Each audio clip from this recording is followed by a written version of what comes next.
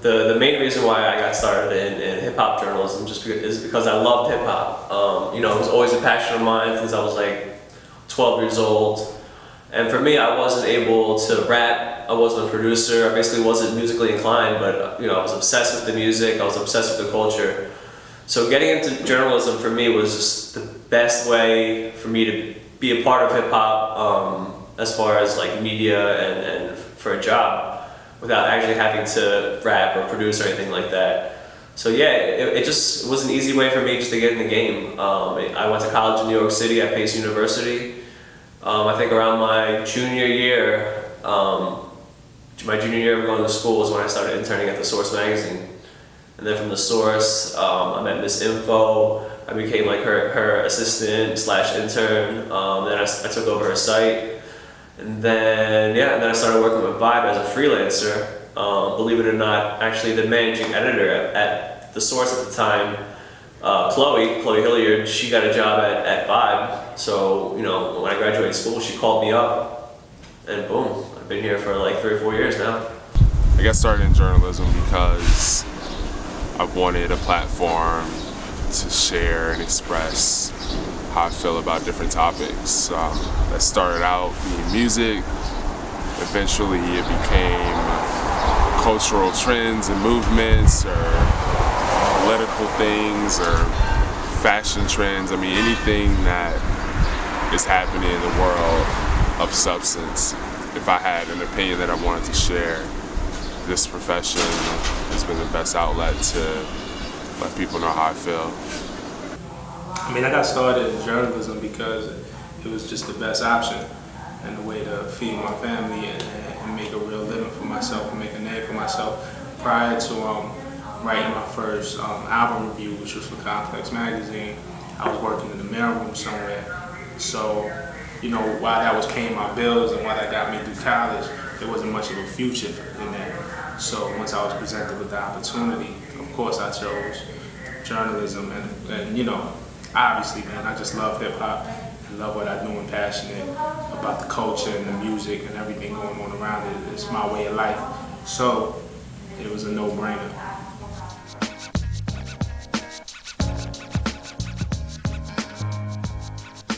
The role that I play, you know, is kind of like a bridge between the reader and the artist.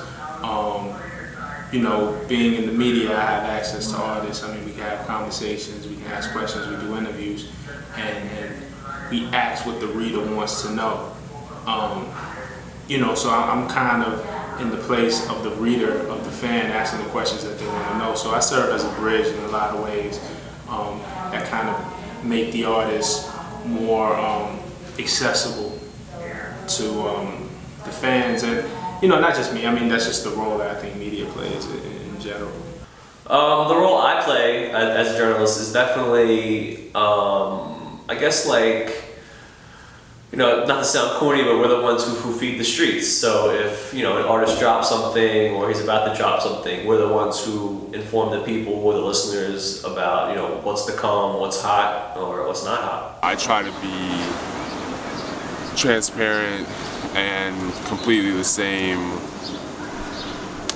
like no matter who the audience is. So for an artist, I'm a person who was passionate about the music and wanted to talk to them about it, maybe like the process behind their art and their craft.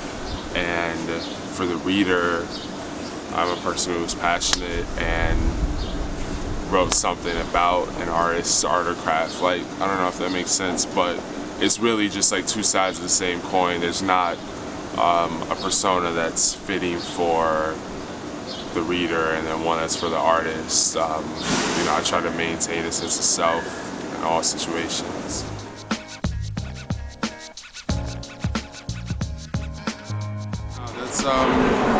That's interesting to consider. I do think that there is responsibility, though. I guess for me, it's not something that a lot of thought goes into. I've never really sat down and thought of, like, you know, what am I responsible for? What is the accountability here? I think that there are certain like standards of integrity that are built into the job if you're doing it right. And so, you know, I've always tried to like hold myself responsible for telling the truth, being honest, being fucking completely clear with my intentions. And I guess that's a valuable trait because not everyone does that, but for me, it's no other option. Yeah, definitely. I just feel like, you know, as journalists, you have to be responsible. You know, it's not a secret that, of course, everyone loves to read a beef headline or, you know, a shootout headline or just something crazy that has to do with either sex, drugs, or violence. You know, but as journalists, we have to take the responsibility of not only covering those kind of things, but also covering the good in hip hop and the good in culture, in hip hop culture. So yeah, I definitely think we have a responsibility, and also to report things factual. You know, I feel like right now we're in a time where there's very little fact checking, especially with online content. So we really have to, you know, make sure we're presenting facts that are real. Yeah, I definitely hold myself responsible when it comes to my journalism. I mean, things like fact checking, you know, things like just, you know, making sure that the quote or the interview is in context. You know, it's very easy to take something out of context and spin a story. You see it in a lot of media outlets, but making sure that the interview is thorough, making sure that the piece that's written is thorough and informative and accurate and just properly represents out of that interview, that conversation that you have with the artist. There's a tremendous sense of responsibility, and then there's the responsibility to hip hop to not be corny, to not be whack, to not misrepresent the culture. So yeah, man, it's a tremendous sense of responsibility.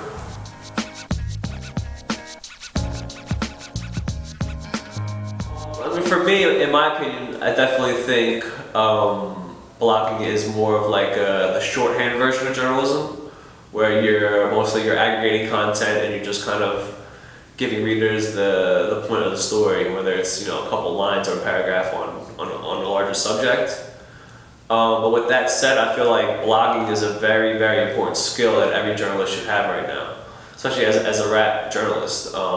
It's not, I don't think it defines a person, but, you know, blogging and being a blogger, I think, is a very important skill set in today's media. You know, blogging is like a very specific action. It's making posts on a blog. Like, it's not really about stories, it's not about reporting, it's not about investigative work, it's not about interviews and profiles, and like those things can certainly be on blogs, and some bloggers push it to the max, but I think blogging is really like documenting and tracking like a very specific bit of information. You know, it's like all of the new rap songs that come out, all of the new sneakers, like all of the like new movies with Channing Tatum in them. Like, it seems like it's more specific to like these narrow lanes, and in journalism, you know, you can go any which way with it, and it's about like picking out important stories and developing them as thoroughly as possible. You know, when people ask about the line between blogging and journalism, you know, it's molded into one now. It seems like one pot. I mean, you know, you go to a listening session and there's bloggers there and there are more traditional journalists there, all on the same list. There's no VIP section that's for journalists or no VIP section that's for bloggers. Like, there's really no separation. We all kind of exist in the same world. You know, but I think journalists are a little more thorough, you know, report things, fact check things. Where the blog world kind of seems more opinionated,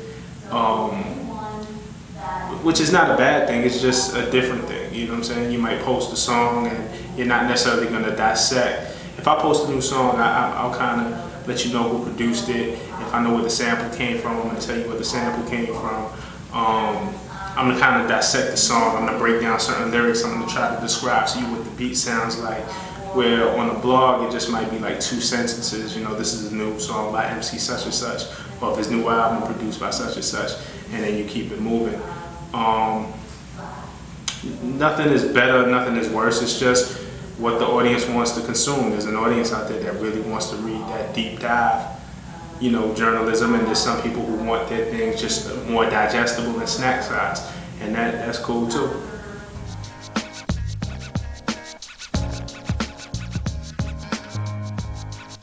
I mean, yeah, with hip hop is unlike any genre of music. Every day there's new content, there's new mixtapes, there's new songs, there's new freestyles, there's new interviews on other sites, and it's unlike country music. Doesn't behave like that. The pop world doesn't necessarily behave like that. The rock world doesn't necessarily behave like that. So I mean, hip hop is just flooded with content. So you have to be a little discerning as to what you cover, and not on some elitist vibe. It's just that there's 24 hours in the day and you can't possibly hit everything. I mean, I kind of start with things that I'm a fan of. Like honestly, like if I'm a fan of it, if I love it, that's a good place to start because your passion is in it. But as a journalist and a curator of culture, it's not only just about what you're a fan of. It's also about what your audience wants and what your audience responds to. So if I may not be the biggest fan of rapper A, but my audience really responds to him, and the readers at the site that I work for and write for, I mean, I'm going to give them what they want. You give the people what they want, and that doesn't mean you betray yourself or you fake it, because again, you're reporting. So I'm just, here's the new song, here's what it's out. I don't necessarily have to make a qualitative judgment. It wouldn't necessarily be an op-ed piece, but you serve your audience. And there's nothing wrong with that. I think a healthy balance with both is the right answer. Do what you love and also what your audience loves too. And somewhere in the middle you'll find just a good stride. I just do whatever I want, man. Like whatever interests me, whatever is like worth talking about. It's not a science to it. Like, it's either personal experiences that I think are worth sharing because I know people will be able to relate to them, or it's like something that I found interesting in film or music or just culture as a whole that I decide is worth talking about, and I know that it's a concept or an idea that people can rally around because either no one's spoken up and said it yet, or no one ever would say it, or what have you. I mean, I just do whatever I want at the end of the day. Well, definitely, obviously, myself, I have duties. I'm a music editor at Vibe magazine, and we're expected to cover a lot of the mainstream artists and a lot of the mainstream content. So I guess we have to be our own filters. We just have to use your judgment. My editor-in-chief trusts me here at Vibe. Trust me that what I'm going to post is what's relevant, what we need to be covering. Same thing with misinfo. So it's just, you really just got to find that balance of aggregating the mainstream content, trying to discover what's new, and showing your personality, showing readers you can write about things that you like and you have good taste-making ability.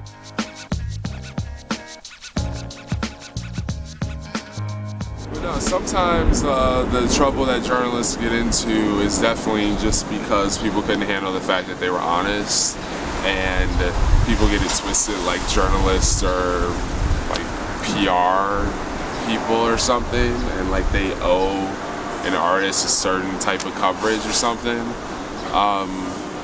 But I also think that journalists catch slander for not being honest. Like some of them definitely, their fucking intentions are see-through, and people will point the finger just as quick when they're like, yo, you're not honest, like you're clearly like in bed with this person, or you have some like covert relationship that you're trying to pass off as something authentic in your work. And I don't know. I mean, I think the slander that people catch over being honest, like, fuck it comes with the territory. You know, it's the people who get caught up for being, I don't know, like, just like shady with their intent are the ones that should be worried. I mean, I just think right now we're an easy scapegoat. With social media, journalists we're very visible. Like back in the day with like magazines like The Source and Double XL, you know, that they came out once a month, and you know the artists, all they had was their byline, so you didn't really know what they looked like or who they were. You just saw the name. But now with social media and Facebook, people know what we look like. They even know like where we are. So it's easy just to point at the messenger and just be like, oh, you know, that person's whack. He doesn't know he's talking about hip hop. It's just an easy scapegoat.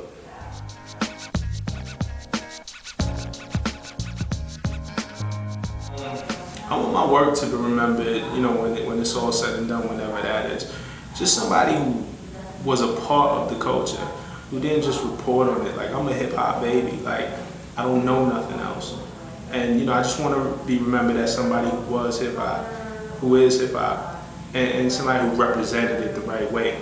Whether you agree with me on certain things, my opinions on my taste, or you don't, you know what I'm saying? I don't think anybody could be like, yo, man, that kid, yo, Rob ain't hip hop. Like, you don't like, I mean, there's just life. So at the end of the day, be it artists, be it other writers, or more importantly, the audience, you know, really look at what I've done and be like, yo, he rap. Like, you know, he did it and it was hip hop through and through. I'll be satisfied. I honestly, I just want to be remembered as, you know, somebody who was really of the culture, somebody who just went hard every day and presented dope shit. Just a very, you know, accomplished culture curator, if you want to say. I have like very grand ambitions and plans for myself, and you know, I want to win an Oscar for Best Original Screenplay. I want to write the great American novel, as every fucking writer thinks they can. You know, it's all like typical bullshit, like, you know, but I think I can do that. I think I can, you know, have some sick fucking movie that does 100 million at the box office, or some book that's just like flying off the shelves, or be taught in an English class in 50 years. Like, I don't think it's that crazy to, you know, think that that can be part of your destiny. And even if it's not on that like Hollywood literary tip, even if there's just like real people who are like, yo, that dude was real and he killed it whenever he worked.